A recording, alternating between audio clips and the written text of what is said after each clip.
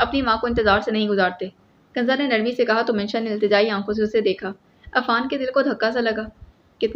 کسی دور میں وہ کتنی شوخ لڑکی ہوا کرتی تھی۔ عفان اس کی ہنسی مذاق کا گواہ تھا۔ اس لڑکی سے زندگی کی رمق دکھتی تھی، اور اب وہ کیسا باسی وجود لیے کھڑی تھی۔ خوفزدہ کیوں؟ عفان نے اپنائیت سے پوچھا۔